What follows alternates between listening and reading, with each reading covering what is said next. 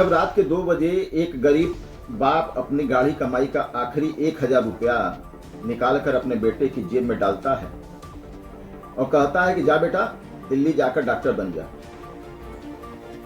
तो वो केवल एक फार्म की फीस नहीं भरता, वो अपने पूरे परिवार के अपने 30 साल की सांसें गिरवी रख देता है।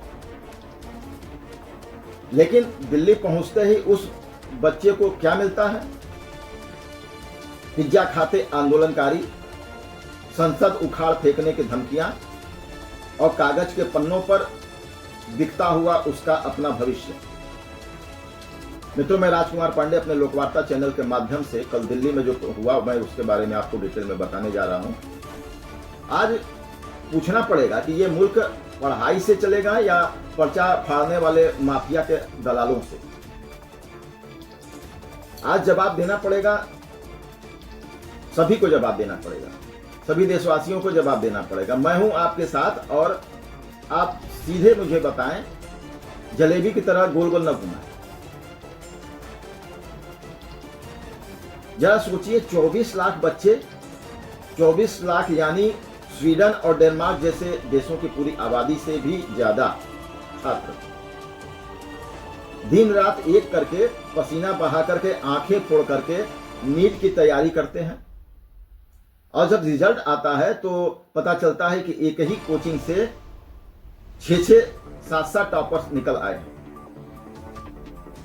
अरे साहब, ये चमत्कार है, सरकारी मेहरबानी।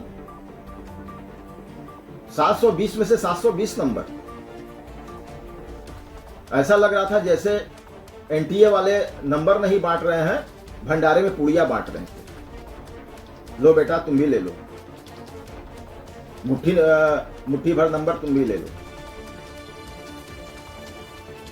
और जब छात्र सड़कों पर उतरे कि साहब हमारे साथ धोखा हुआ है, पर्चा लीक हुआ है, तो सिस्टम ने क्या कहा? नहीं, सब चंगा थी, थोड़ा ग्रेस मार्क्स दे दिया गया।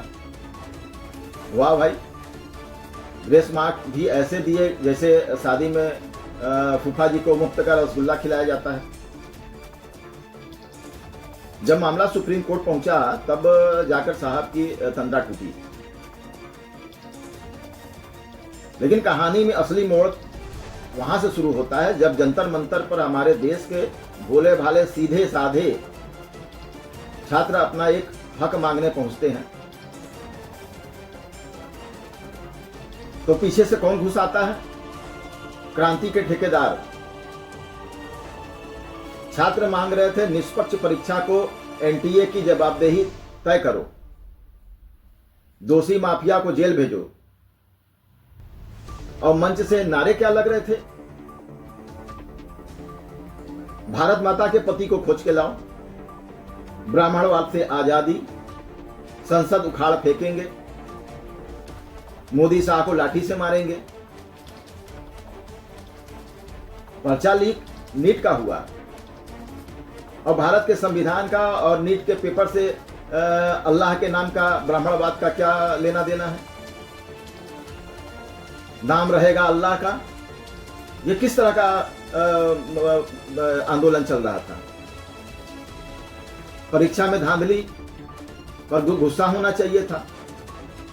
और ये गानी बाबा लोग कहां बैठकर धर्म और जाति की जलेबियां छान रहे थे?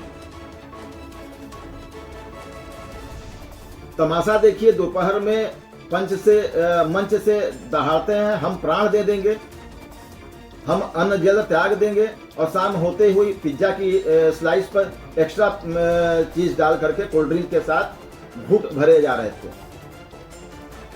वाह क्रांति, वाह इंकलाब। गरीब का बच्चा धूप में लाठियां खाए, पुलिस की धक्केबाजी सहे और इन तथाकथित नेताओं की रसमलाई पार्टी चलती रहे। ये छात्र आंदोलन था या दिल्ली के जंतर मंतर पर लगा फूड फेस्टिवल? अब आते हैं कड़े तथ्यों पर, क्योंकि जन नेता भाषण देते हैं तो आंकड़े रोते हैं। आज सत्ता पक्ष क्या कहता है? हम पारदर्शिता ला रहे हैं।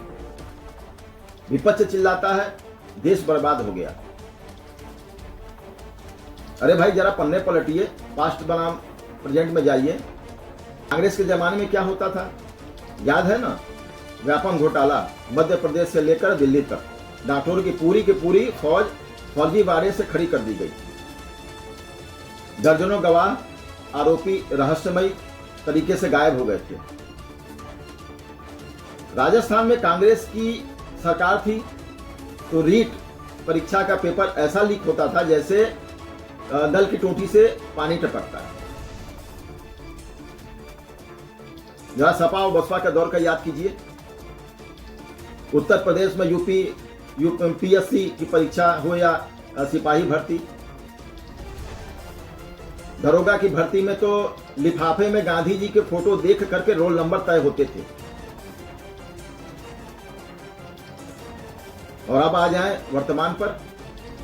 बीजेपी सरकार ने एनटीए बनाया था कि साहब एक देश एक परीक्षा होगी, पारदर्शी व्यवस्था होगी, लेकिन क्या हुआ? नीट का पर्चा लीक, यूजीसी नीट रद्द, सीएसआईआर एनईटी टाल दी गई। 2015 से 2024 के बीच देश के 15 राज्यों में 70 से ज्यादा प्रमुख परीक्षाओं के पेपर लीक हुए। 1.5 करोड़ से ज्यादा युवाओं की जिंदगी अधर में लटकी है। तो अंतर क्या आया? पहले सपा कांग्रेस के जमाने में पर्चे बिकते थे, आज एनटीए के जमाने में पर्चे लीक हो रहे हैं। यानी चेहरा बदल गया, टोपी बदल गई, लेकिन छात्र की किस्मत का फटना बंद नहीं हुआ। पहले भी दलाल अमीर होते थे, आज भी माफिया ऐश कर रहे हैं। और इस बहती गंगा में हाथ धोने कौन आता है? हमारे राजनीतिज्ञ अरविंद केजरीवाल जी वीडियो कॉन्फ्रेंस से ज्ञान दे रहे हैं कि देश के नौजवानों सड़कों पर निकलो, आंदोलन करो। अरे आपने अन्ना को धोखा दिया, आप जनता को सलाह दे रहे हैं। केजरीवाल जी जरा एक बात बताइए, गरीब का बच्चा सड़क पर पुलिस के डंडे खाए, उस पर एफआईआर दर्ज हो, उसका करियर चौपट हो जाए, और आपके अपने बच्चे विदेश की वातानुकूलित यूनिवर्सिटियों में बैठ करके डिग्री लें। ये कैसी हमदर्दी है साहब? अपने बच्चों को भी बाहर निकालिए सड़कों पे तो समझ में आए, लाठी खाएं। दूसरों को सलाह देना बहुत आसान है, जब अपने पे आती तो समझ में आता है। यहां मुझे पंडित जवाहरलाल नेहरू की वो ऐतिहासिक बात याद आती है, जब देश में भीड़ सड़कों पर उतरकर फैसले करने की जिद कर रही थी। तब संसद में नेहरू जी ने खड़े होकर कहा था कि अगर देश की नीतियां और फैसले सड़कों पर खड़ी भीड़ तय करने लगेगी तो फिर नेताओं को संसद को ताला लगा देना चाहिए। इस लोकतंत्र और संविधान की कोई जरूरत नहीं रह जाएगी फिर। आज वही हो रहा है। अगर 2000 लोग सड़क पर खड़े होकर संसद उखाड़ फेंकने और प्रधानमंत्री को मारने की धमकी देंगे तो क्या इसे लोकतंत्र कहेंगे? ये लोकतंत्र नहीं, ये भीड़ तंत्र है। अगर मोदी को तानाशाह कहते हैं, अगर मोदी तानाशाह होते, शाह अगर तानाशाह होते तो आप मोदी को गाली दे पाते? चाइना की तरह क्रियान्वयन चौक पर जिस तरह से बुलडोजर चलाएगा तो उस तरह से तोप चला दिया जाता है। जब जब भीड़ तंत्र हावी होता है तब तक असली मुद्दे की बलि चढ़ जाती है। याद कीजिए चाइना ने क्या एक्शन लिया था। इस पूरे खेल में वामपंथी यानी कम्युनिस्टों का तड़का क्यों लगा? आजादी के बाद से 70 साल का इस देश के शिक्षा तंत्र पर, एनसीईआरटी की किताबों पर, जेएनयू और डीयू के कमरों पर खास विचारधारा का कब्जा था। इतिहास की किताबों में अकबर और औरंगजेब के कसीदे पढ़े गए, लेकिन छत्रपति शिवाजी, महाराणा प्रताप और सचित फुकन को 2 लाइनों में निपटा दिया गया। अब जब सरकार नई शिक्षा नीति लेकर आई, जब सिलेबस को से वो औपनिवेशिक और एक तरफा इतिहास हटाने जाने लगा, तो इन कम्युनिस्टों की दशकों पुरानी चौधराहट खतरे में पड़ गई है। इनकी लुटिया डूब रही है साहब।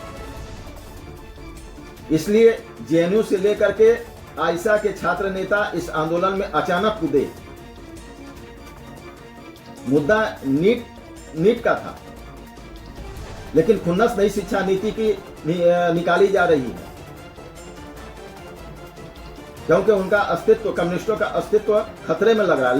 लेफ्ट लिबरल का अस्तित्व खतरे में लग रहा है अपने आप को। ये पेपर लीक का दर्द नहीं है, ये अपनी वैचारिक जमीन खिसकने की बौखलाहट है। पर्चा लीक तो सिर्फ एक बहाना था, असली मकसद तो शिक्षा क्षेत्र में अपने खत्म होते वजूद को बचाना था। लेकिन इस सब में पिस कौन रहा है? वो बिहार के छोटे से गांव का अमन, वो उत्तर प्रदेश के किसान का बेटा राहुल, जो दिन में एक वक्त खाना खाकर 10 बाय 10 के कमरे में पसीना बहाते हुए डॉक्टर बनने का सपना देख रहा था।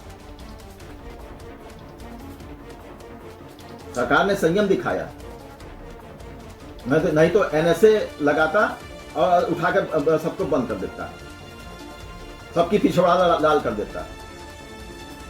सीबीआई जांच हो रही है, कड़े कानून लाए जा रहे हैं, अच्छी बात है, लेकिन सरकार को समझना होगा कि केवल कानून बनाने से पर्चा लीक नहीं रुकता, नीयत साफ करनी पड़ती है। जब तक सिस्टम में बैठे भ्रष्ट अधिकारियों और पेपर माफिया की छाती पर बुलडोजर नहीं चलेगा, तब तक यह विश्वास वापस नहीं आएगा।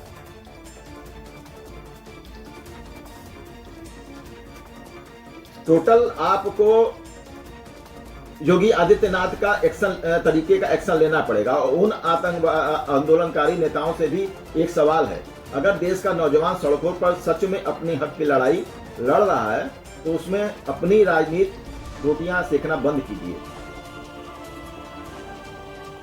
छात्रों को मोहरा मत बनाइए। अगर भारत को बचाना है तो परीक्षा की पवित्रता को बचाना होगा, वरना याद रखिए, जिस देश में योग्यता पर्चियों पर बिकती है, उस देश का भविष्य अस्पताल के आईसीयू में दम तोड़ देता है।